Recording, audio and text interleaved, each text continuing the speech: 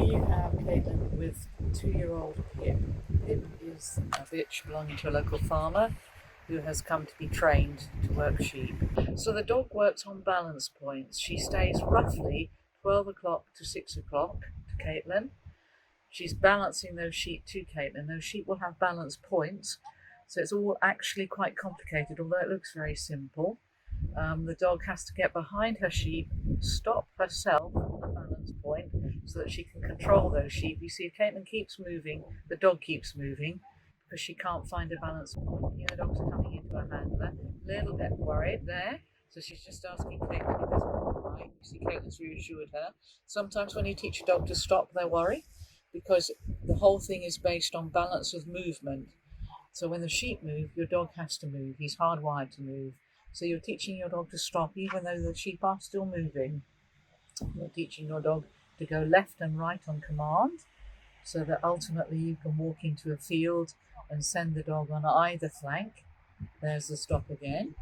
She may just ask her forward gently with a walk on. She'll drop her hand if she asks her forward, but she's going to flank her.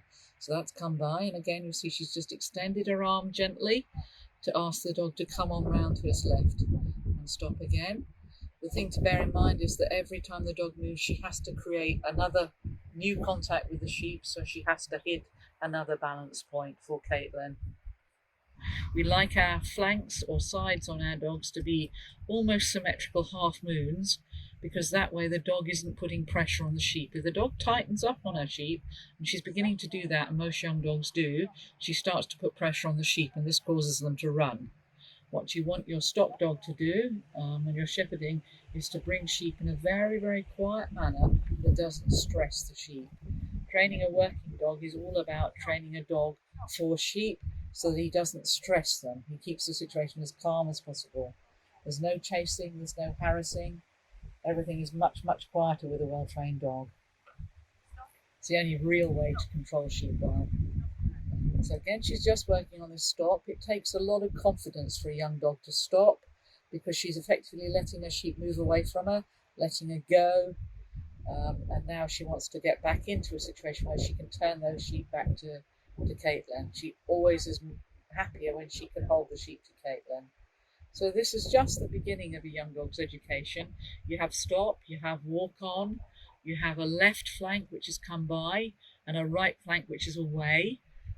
So you're working to your dog's left and your dog's right. So it's clockwise and anti-clockwise. We remember A is anti-clockwise, come by, C is clockwise. So that's a point of balance. The dog is directly opposite Caitlin. Caitlin moves and the dog has to rearrange her balance.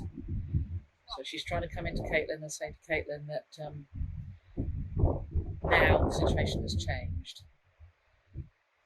So the dog's, as soon as Caitlin stops, the dog's worried about losing her sheep, and Caitlin's just reassuring her that that's okay. So now we start just to develop these little baby outruns. So she'll ask her to stop, and off she goes round her sheep. So you want your dog to succeed in every situation. Again, this is a body block. She's holding her hand up, eyes on eyes, head on head. So, from the dog's point of view, we're doing it all on body language alone.